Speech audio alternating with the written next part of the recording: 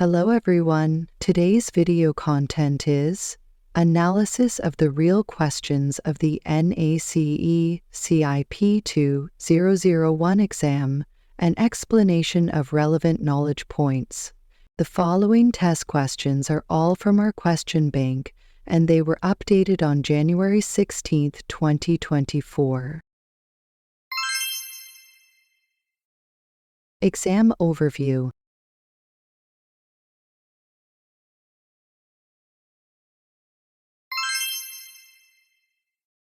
Exam domains.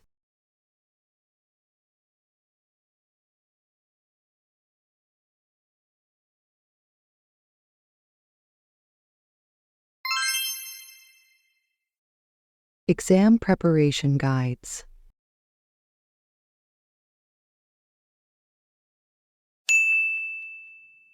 Question 1. During a coating inspection, a NACE inspector notices a design flaw that might affect performance. What should be the inspector's initial step? The knowledge points of this question are: handling design flaws in coating inspection.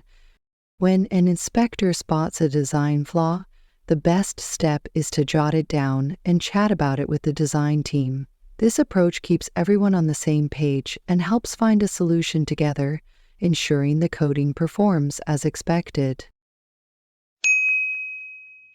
Let's take a look at some options for this exercise question. Correct. This proactive approach ensures that the design team is immediately aware of any potential issues, allowing for collaborative problem solving. Incorrect. Ignoring the flaw could lead to safety issues or failures in the future, which could compromise the project's integrity. Incorrect. While redesign might eventually be necessary, initial steps should focus on understanding the flaw's implications rather than immediate corrections. Incorrect. Halting work is disruptive and should only be considered if the flaw poses immediate safety risks. Initial steps should aim to understand the flaw's scope and severity. Question 2. Upon detecting a manufacturing defect, what is the NACE inspector's best course of action? The knowledge points of this question are: response to manufacturing defects. If there's a manufacturing defect, the inspector should first check the job specs to figure out what to do next. This careful review ensures that any fixes stick to the project's rules and maintain high-quality standards. Incorrect. Without understanding the defect's context and severity, insisting on immediate correction may be premature. Correct. This ensures that any actions taken are in line with contractual and technical requirements, preventing over- or under-reaction to the defect. Incorrect. Stopping all project activities is an extreme measure that may not be justified based on the defect's nature and impact. Incorrect. While documenting and reporting are important, initially reviewing the specifications provides a baseline for understanding the defect's implications. Question 3. What is essential for effective centrifugal blast cleaning? The knowledge points of this question are: centrifugal blast cleaning. Keeping blast machinery in tip-top shape is key for good centrifugal blast cleaning. Regular maintenance helps the machine work smoothly, prevents breakdowns, and ensures the surface gets cleaned properly. Incorrect.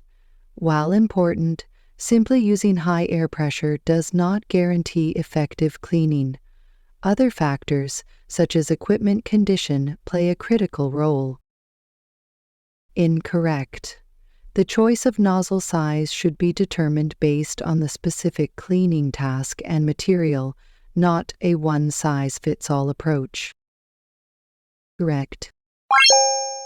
Ensuring that equipment is well maintained is key to reliable and efficient operation, preventing downtime, and ensuring consistent cleaning results. Incorrect. The choice of abrasives should be based on the specific requirements of the job and material characteristics, not merely on disposability. Question 4. How do the standards for surface cleanliness in centrifugal blast cleaning compare to those for air blast cleaning? The knowledge points of this question are: standards for surface cleanliness. It's crucial to know that the cleanliness standards for both centrifugal and air blast cleaning are the same. This knowledge helps inspectors ensure consistent quality no matter which cleaning method is used. Incorrect. There's no evidence that centrifugal blast cleaning standards are inherently more stringent than those for air blast cleaning. Correct. Both standards aim for the same level of cleanliness to ensure proper adherence and performance of coatings or treatments applied thereafter. Incorrect. Assuming less rigor without specific context or justification undermines the reliability of the standards. Incorrect. Given both techniques aim to achieve surface cleanliness, their standards are designed to be comparable and applicable across different scenarios. Question 5. Facing a disagreement on soluble salts results with a third-party inspector, what should a NACE Level 2 inspector do first? The knowledge points of this question are: disagreement resolution in coating inspection. When there's a disagreement about test results, the first thing to do is to double-check and discuss the testing methods used. This step helps clear up any confusion and keeps the inspection process reliable and transparent.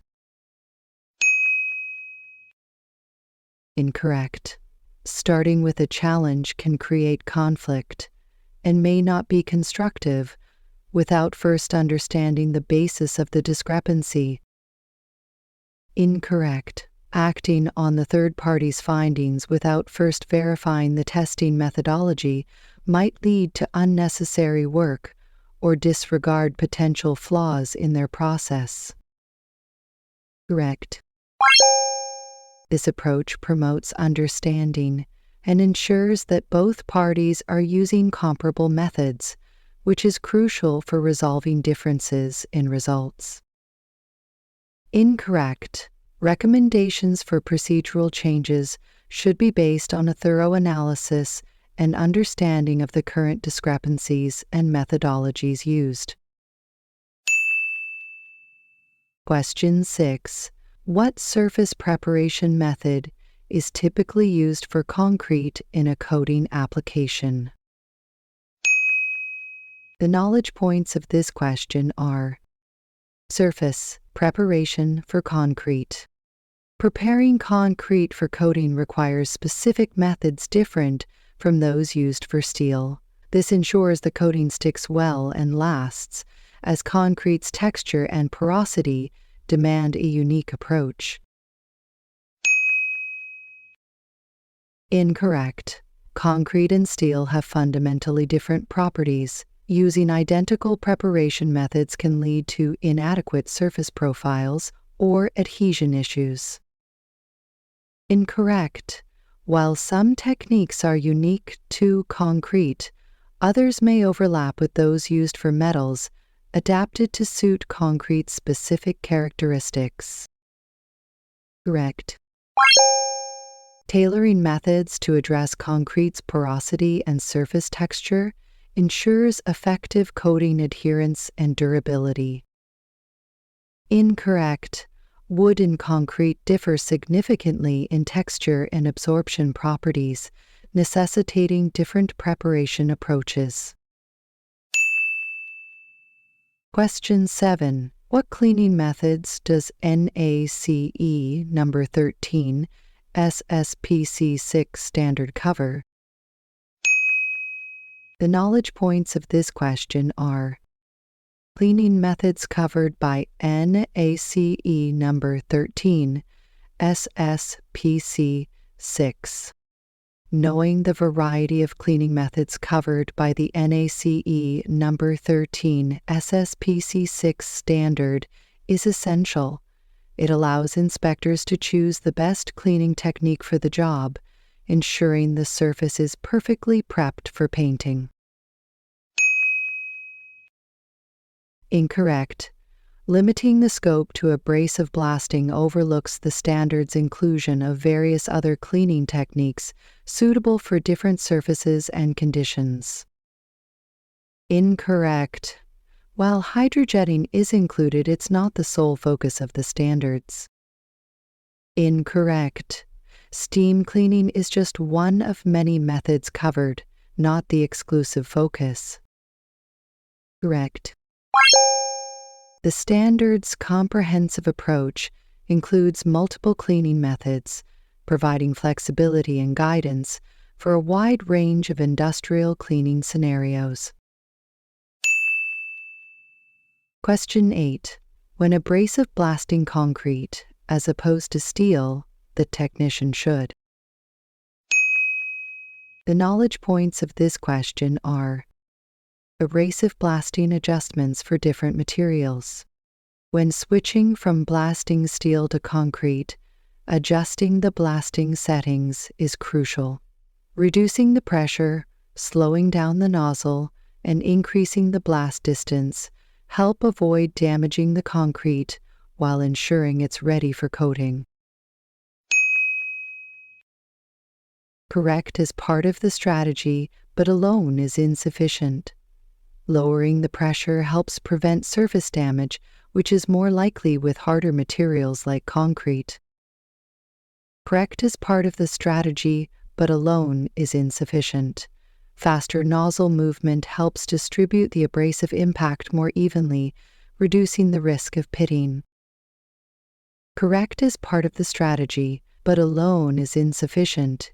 Increasing the distance helps moderate the abrasive force, crucial for delicate surfaces. Correct. Combining these adjustments optimizes the blasting process for concrete, balancing cleaning effectiveness with surface preservation. Question 9. The Concrete Repair Institute's comparators are used to evaluate. The knowledge points of this question are: surface profile evaluation. Checking the roughness of a surface before adding a coating is key. It's like roughening up a surface so the paint sticks better and lasts longer.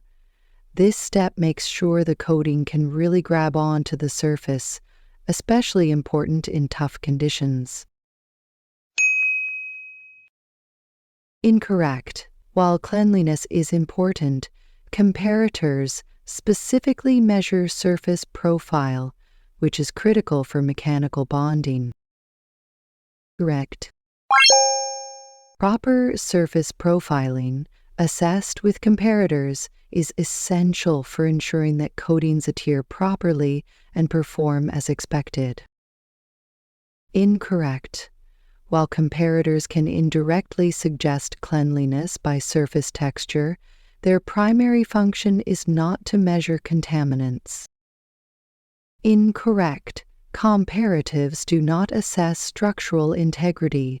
They are focused on surface condition relevant to coating applications. Question 10. How does a single component, water-based acrylic coating, typically cure? The knowledge points of this question are: curing mechanisms of coatings. Single dependable water-based acrylic coatings dry as the water evaporates, letting the tiny plastic particles come together to form a solid layer. This process, called coalescence, is crucial to understand because it affects how well the coating sticks and holds up over time. Incorrect.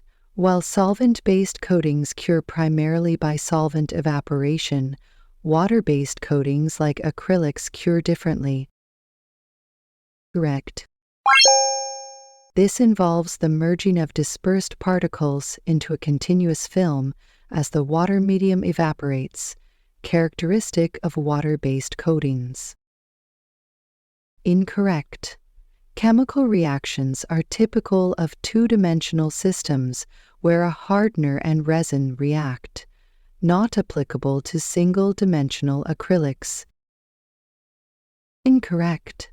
Oxidative curing is typical of oil-based coatings, not acrylic water-based coatings, which rely on water evaporation and particle fusion. Question 11.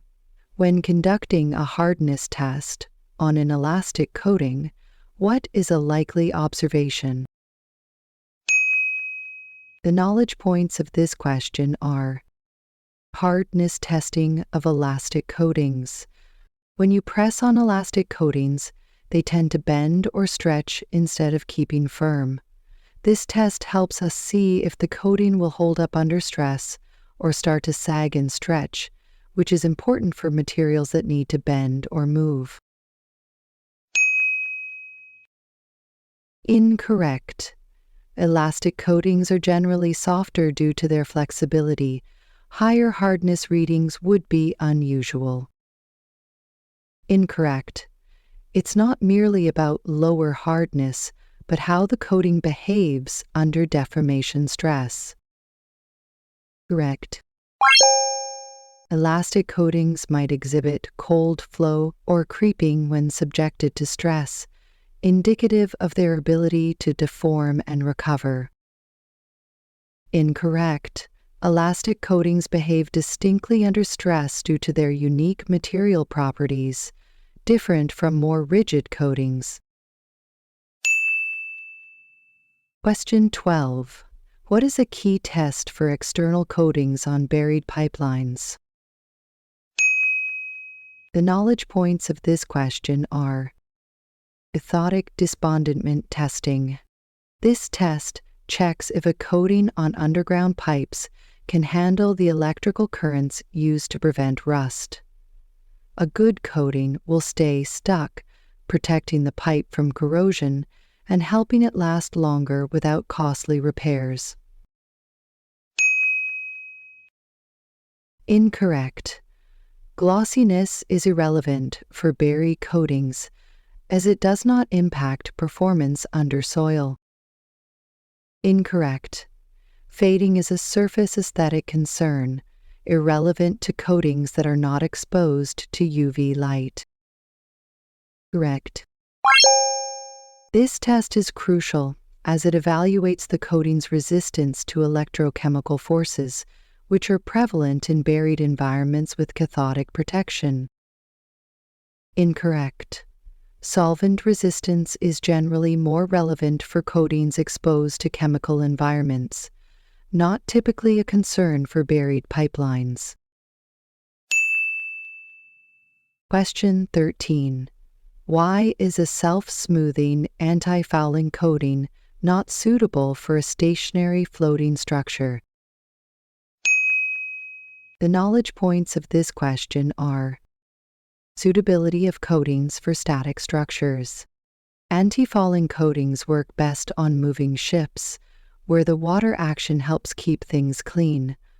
On a stationary structure, this kind of coating won't do much because there's no movement to activate its cleaning properties. Incorrect. The inclusion of biocides is standard in many anti-fouling coatings and is not the reason for unsuitability. Incorrect. The presence or absence of biocides does not directly impact the functionality of self-smoothing coatings on stationary structures. Correct. Movement is necessary for self-smoothing coatings to be effective, as it activates the coating's self-cleaning properties. Incorrect.